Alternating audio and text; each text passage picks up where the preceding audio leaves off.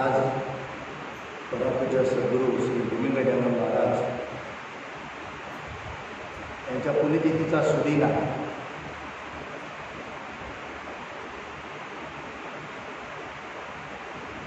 हे जे संत सद्गुरू ज्ञानी पुरुष अवतार रूपाने प्रकट होतात, जगाचं कल्याण करून आपल्या देहाचं विसर्जन करतात. त्या विसर्जनाचा दिवस म्हणजे पुण्यदिन समजावं तर पुण्यतिथी असं म्हणतात.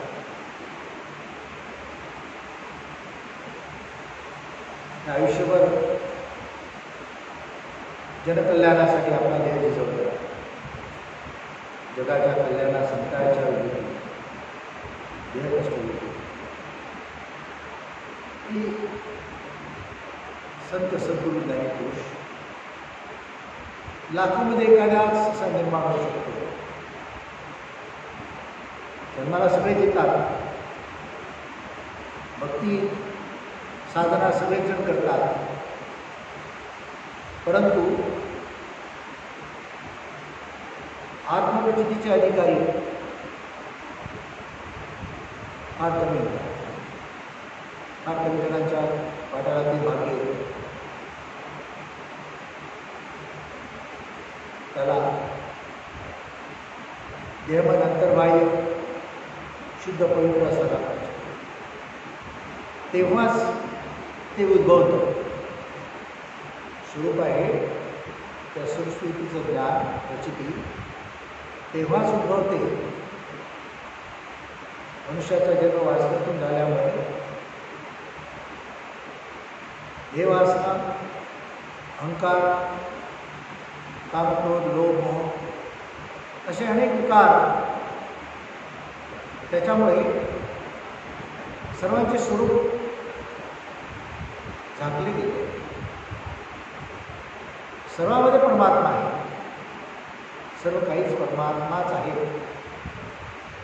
परंतु वासनेमुळे, कल्पनेमुळे, अहंकारामुळे अज्ञान दशा प्राप्त झाली, जीव बनले आणि मूळ स्वरूप विसरले आणि दुःख भोगतायत आणि पुन्हा पुन्हा जन्ममरणाच्या पिढ्या. अशांना मुक्त करण्यासाठीच, मोक्षमुक्ती प्रदान करण्यासाठी आणि या जन्मी त्याला सुख शांती समाधान परमानंद करण्यासाठी या अवतारी संतांचा जन्म झालेला असतो. भूमिगजानन महाराज एक निंबर्गी गाव आहे, देव निंबर्गी संत. ते कर्नाटकमध्ये महाराष्ट्राच्या की सीमेवरच आहे.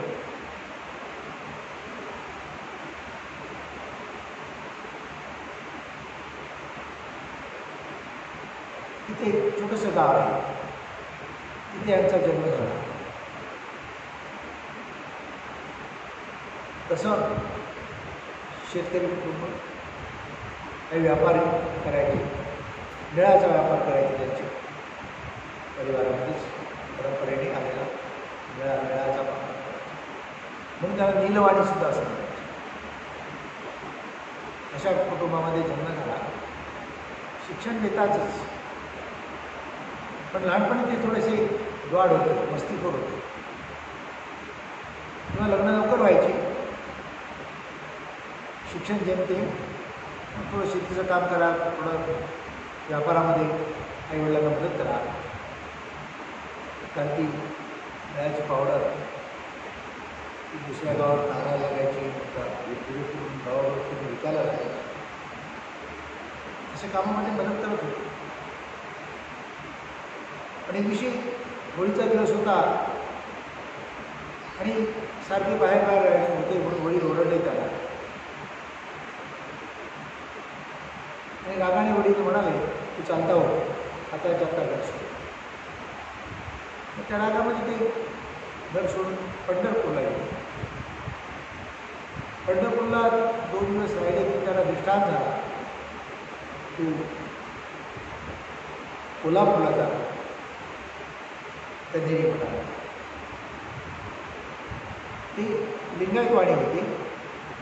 त्यामुळे कोल्हापूरचं स्थान त्यावेळचं जे काळ सिद्धेश्वरांचं होतं ते लिंगायत लोकांचंच कुलदैवत म्हणून समजलं जायचं. लिंगायत लोकांचं कुलदैवत म्हणून समजलं जायचं. त्यामुळे त्यांचं ते कुलदैवत असल्यामुळे त्यांचं जाणं नेहमी होतंच. ते तिकडे गेले. जेव्हा ते तिकडे गेले तेव्हा तिकडे गुहेमध्ये एक संतग्रस्त बसलेले त्याला दिसले. ते बाहेर आले, गुहेच्या बाहेर आले. त्यांना बोलवलं तिकडे गुहेत आणि त्या गुहेमध्ये नेऊन त्यांना अनुग्रह दिला. त्यांना गुरुमंत्र दिला, दीक्षा दिली आणि सांगितलं आता तू जास साधन भक्ती कर.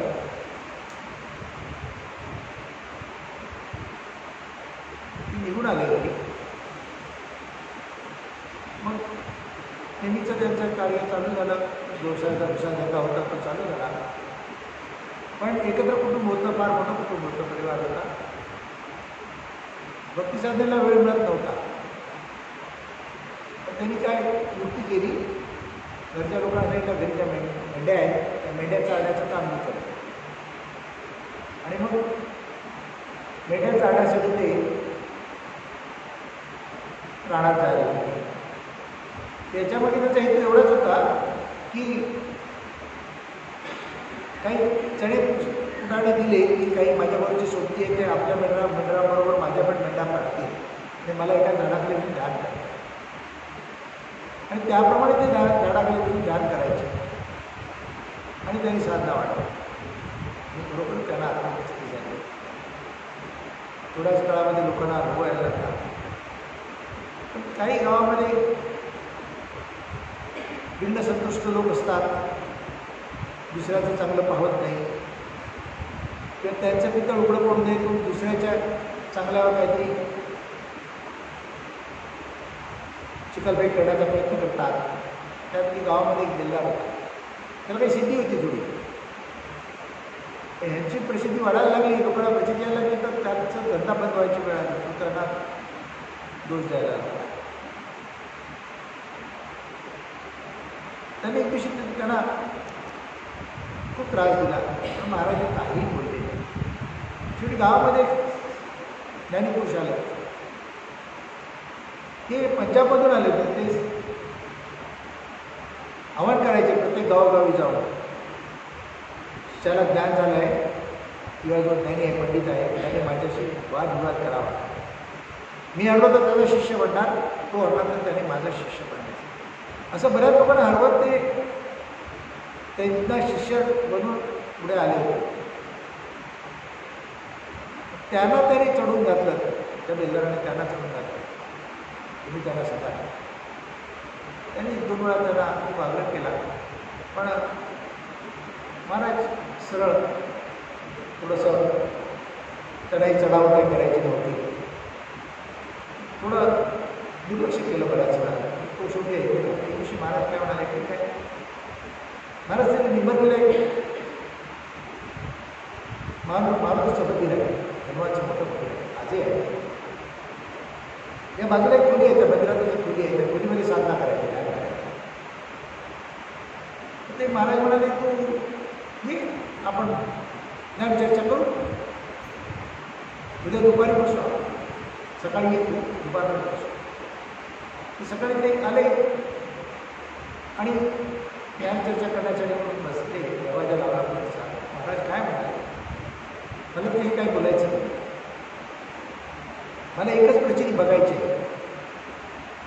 तुला तिचं ज्ञान आहे का मला तपासायचं आहे. तूही मला तपास, माझ्याकडे आत्मचिंतन ज्ञान आहे. आणि काय करायचं म्हणे, आज आपण दोघांनी ते ध्यानाला बसायचं. आज दुपारी जेव्हा जेवणाची वेळ होईल, महाप्रसादाची वेळ होईल, तर ज्याचा शिष्य महाप्रसाद घेऊन येईल तो जिंकला. आणि त्याप्रमाणे दोघे बसले. बरोबर 12 वाजता दरवाजा वाजला.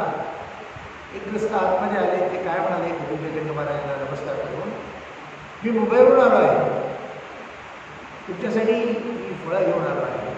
बरे जेवणाची वेळ होईल ना, नारळासाठी फळे घेऊन आलो साहेब. म्हणजे तो माणूस मुंबईवरून आला म्हणजे महाराजांनी सांगितलं असंही म्हणता येत नाही, प्लॅनिंग काही केलं असंही म्हणता येत नाही, तो आला.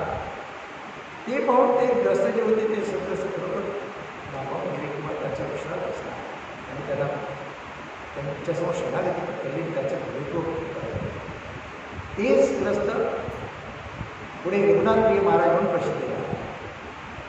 साधुबुवा रघुनाथप्रिय म्हणून प्रसिद्ध झाला. त्यांनीच भाऊसाहेब महाराजांना अनुग्रह केला. पण भाऊसाहेब महाराजांनी पूर्वी गेल्यानं महाराजच माझ्या गुरु सगळे सिद्धू साधनाकडे सांगायचा मुद्दा काय आहे की ज्ञानी कसा असतो, जगात विषयाच्या अंतरिक्षाना सदा ब्रह्मी जाणार. आत्मप्रचिती झाल्यानंतर सुद्धा ते सहस्थितीमध्ये राहायचे, साधं राहणं. म्हणजे त्यांना ते परमात्मा स्वरूप होतेबद्दल काही शंका नाही. का ते असं जरी ते ज्ञान झालं सगळं झालं, घरचे कार्य करत होते. म्हणजे ती निळ्याची पावडर आणायचं काम त्यांना दिलं होतं, ते आणायचं काम ते करत होते. एकदा निळ्याच्या पावडरची गोळी डोक्यावर घेतली होती, ती चुन्याची निवडी असायची, त्याच्यामध्ये ते रंग बनवायचे. चुन्याची निवडी चुन्याची पावडर ती डोक्यावर घेऊन गोळी घेऊन ते चालले असताना अचानक पाऊस आला. आता चुन्याच्या पावडरमध्ये जर पाणी पडलं तर ॲसिडसारखा होऊन सगळं अंग बाहेर आला. पाऊस अचानक आला, माड राहत होता, पठार राहत होता, झाड आजूबाजूला झाड नाही, काही नाही, महाराजांना कोणी थांबायचं असं बीज नाही. तसंच आपल्या गुरुचं नाव चालत राहिले. घराकडे आले तर सगळेजण बघताय तर हे आले आणि तुमची गोळी अजिबात भिजली नव्हती, अजिबात भिजली नव्हती. म्हणजे घरच्या लोकांना अनुभव आला की याच्याकडे काहीतरी आहे, त्याला आत्महत्या झालेली आहे. म्हणजे सहजपणे तो अनुभव प्राप्त. म्हणजे असे अनेक चमत्कार त्यांच्याकडून झाले. साधन भक्ती करत असताना अनेक शिष्यांना पण त्यांनी चमत्कार अनुभवायला आले. म्हणजे प्रत्यक्ष सद्गुरू स्वतःहून चमत्कार करत नाही, पण एखाद्या शिष्याच्या गरजेपोटी चमत्कार घडतो, तोच गुरु महान असतो. आणि गुरु स्वतःहून चमत्कार नमस्कारामध्ये अडकत नाही, सिद्धीमध्ये अडकत नाही, तर त्याच्या पुढचीच अवस्था त्याची असते. त्याच्यामुळे ते अशा कुठल्याही अवस्थेमध्ये अशा ह्याच्यामध्ये अडकले नाही. मी साधना करत राहिले. साधना करत असताना अनेक आपत्ती त्रास आले, साधना सोडली. काळसदेश स्वामींनी त्यांना कोल्हापूरच्या मठामध्ये गुरुमंत्र दिल्यानंतर ते घरी आले आणि ते काही दिवस त्यांनी साधना केली. ते असेच आपल्या प्रपंचात अडकून राहिले होते. पण गुरु परत आले आठवण करून द्यायला. म्हणून हे गुरुलिंगाचे महाराज ज्ञानीपुरुष आहे. कारण गुरुमंत्र घेतल्यानंतर सुद्धा ते प्रापंचिक माणसासारखेच वावरत होते आणि प्रपंचामध्येच अडकले होते.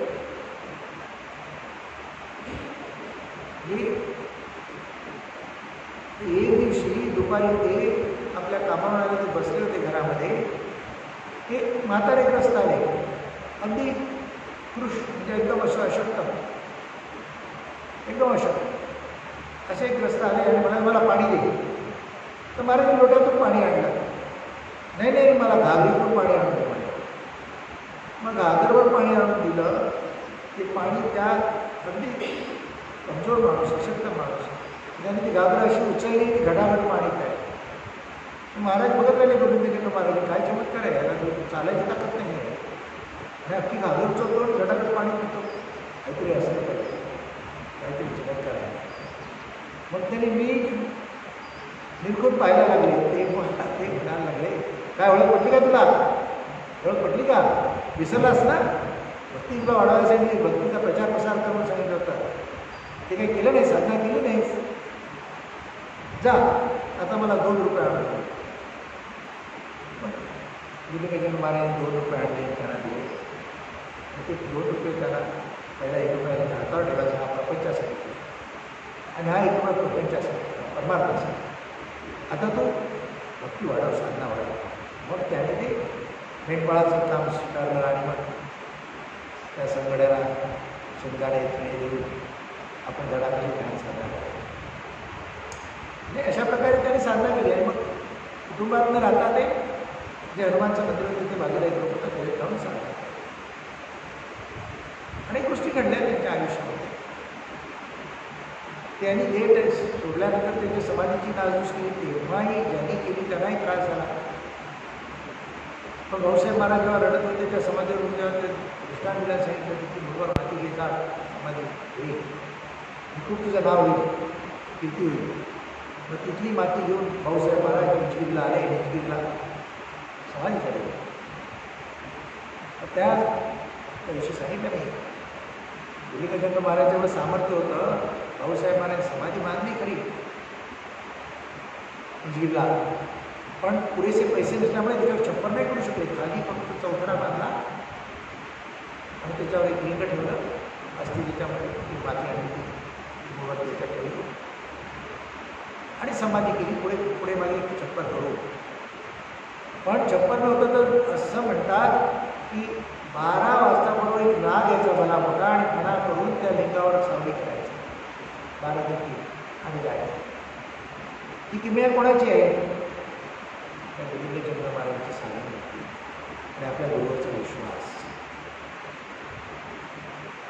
काडसिद्धेश्वर स्वामी हे दत्तात्रयापासून आलेले आहे. दत्तात्रयांचे नवनाथ जे रमणनाथ, त्यांचे शिष्य भरवनाथ आणि त्यांचे शिष्य जे काडसिद्ध, म्हणजे काडसिद्धेश्वर त्याला भेटले. आणि पुढे आपला संप्रदाय. नंतर मग विवेकानंद महाराज शिष्य भाऊसाहेब महाराज त्यांनी तर खूप प्रचार प्रसार केला आणि संप्रदायाला आणखी एक वेगळं स्वरूप दिलं. स्वरूप संप्रदाय, ज्ञान संप्रदाय. नुसतं भजन करून काय होणार नाही. साधना केली पाहिजे आणि त्या साधनेतून निजस्वरूपाची प्राप्ती झाली पाहिजे. त्याची आहे देव ईश्वर एकच आहे, परमात्मा एकच आहे. तो आत्मा सर्वांमध्ये वावरतो आहे, विश्वामध्ये अंतरात्मा म्हणून वावरतो आहे. पण मूळ स्वरूप त्याचं एकच आहे. त्याच्यामध्ये 33 कोटी देवी देवता झाले. आकार वेगळे, रंगरूप वेगळे असतील, परंतु आत्मचैतन्य सर्वांचे एकच. तो आत्मा परमात्मा त्याची प्रचिती येण्यासाठी सद्गुरूची आवश्यकता असते.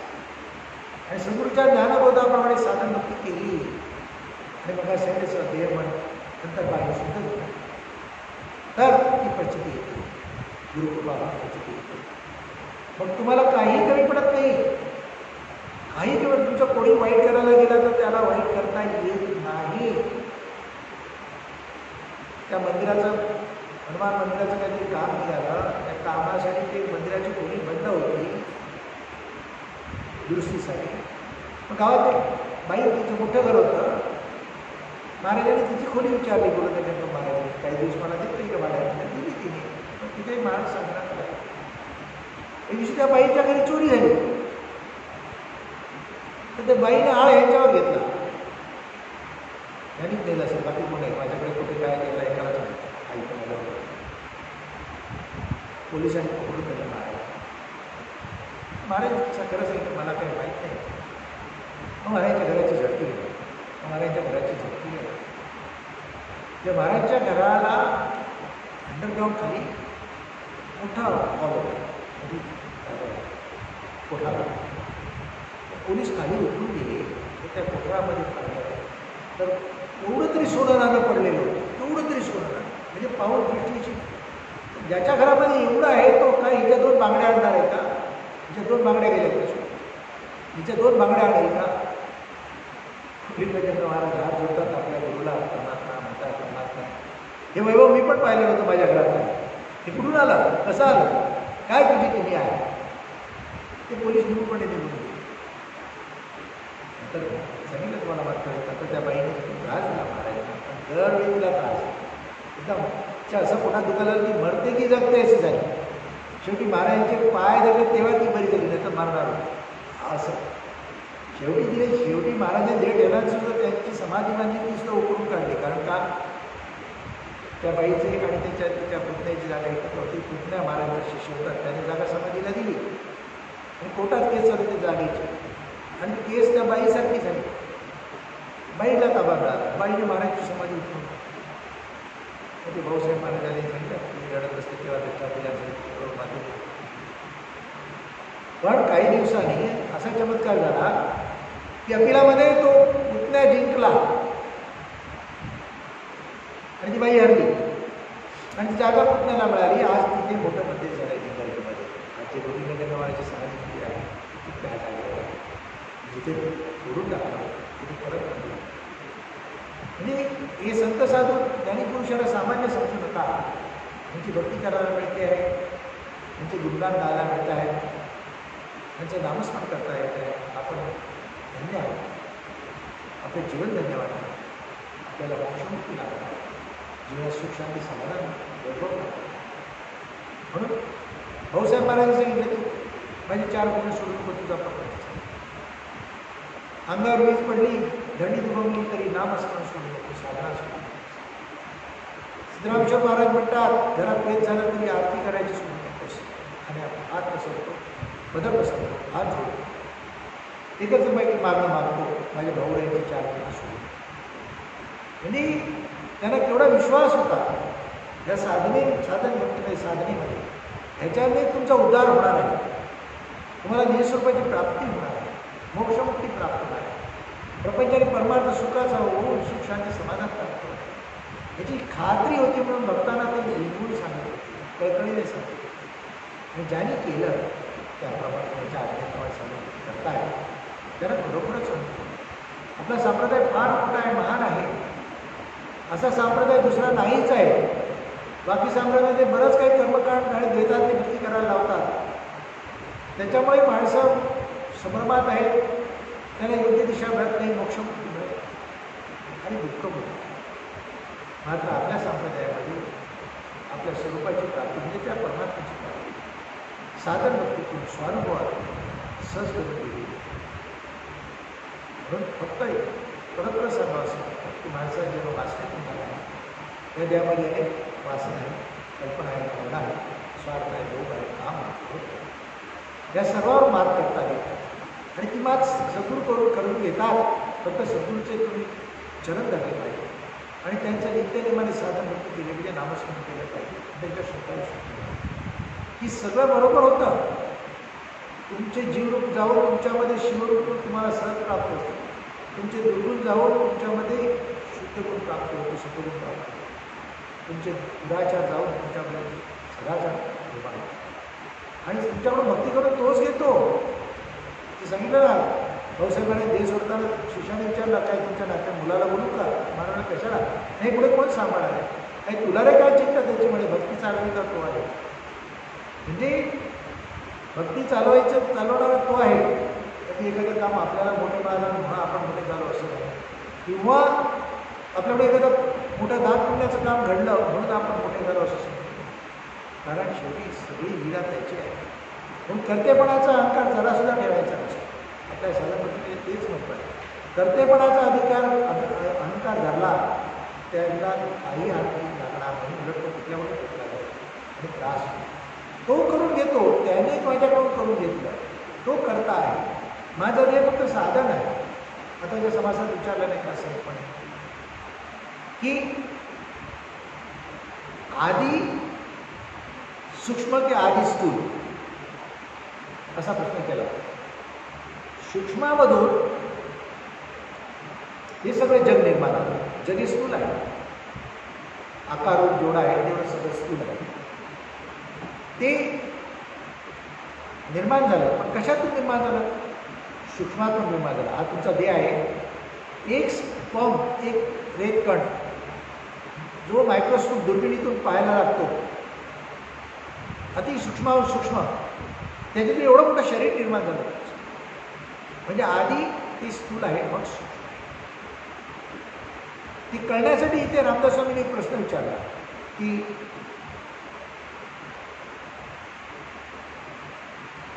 आधी माणूस की आधी त्याचं घर, किंवा आधी तो पक्षी असतो की आधी त्याचं घर असतं.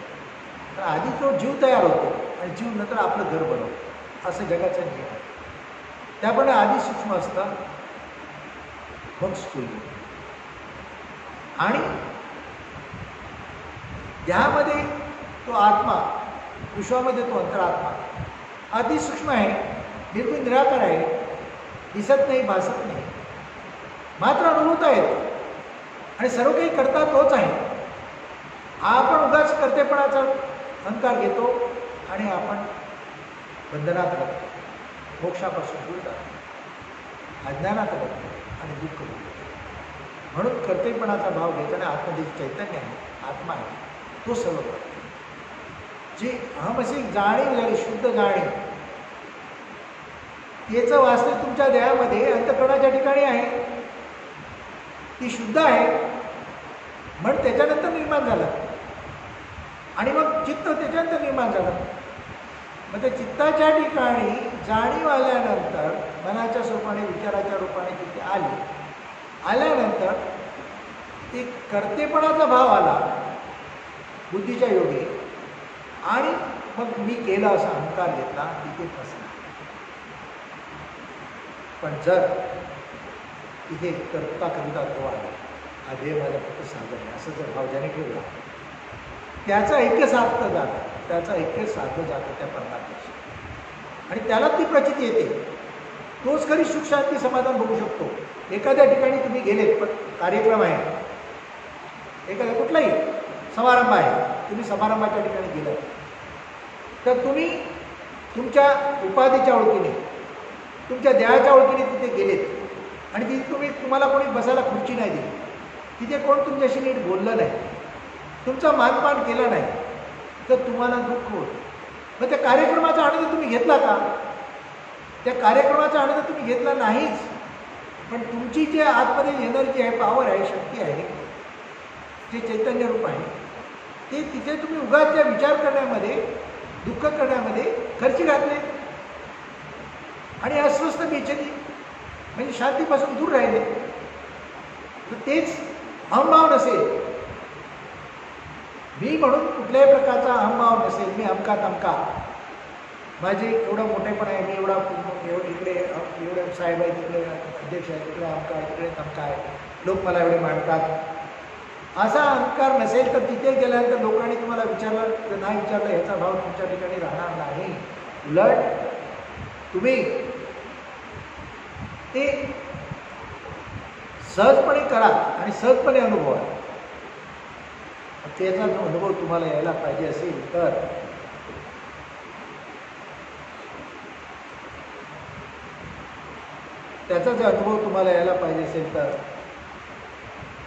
अहंकार नको. आणि अहंकार घालवण्याचं काम संत सद्गुरू ज्ञानीपुरुष करतात. तर आजच्या समासामध्ये सुद्धा तेच सांगितलं आहे. गोविंद जंगम महाराजांची साधन भक्ती करताना आपल्या गुरूंनी सगळ्यांनी आपल्याला तेच शिकवलेलं आहे की साधन भक्ती करताना तो बोध घ्यायचा आहे. आपल्याकडून जी काय साधना होते, कोणी ती ध्येय आवडतात, कोणी आर्थिक मदत करतात, कोणी वेळ आपली वेळ देऊन ती जे साधन भक्ती करतायत, ह्या सर्वाची तुम्हाला फळ मिळणार आहे. पण तेव्हा तुमच्याकडे तो अहंकार नसेल, तर कर्तेपणाचा भाव नसेल. कारण तुमच्या देहामार्फत करून घेतलं जातं. करता करता तो आत्मा आहे, जो परमात्मा गोविंद जंगम महाराज आहे, भाऊसाहेब महाराज आहे, सिद्धरामशिवाय, तो 33 कोटी देव आहे.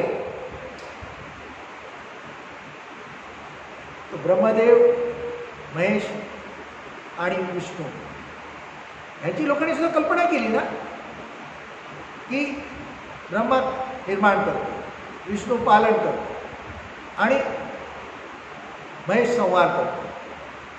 रामदास विचारताय, जर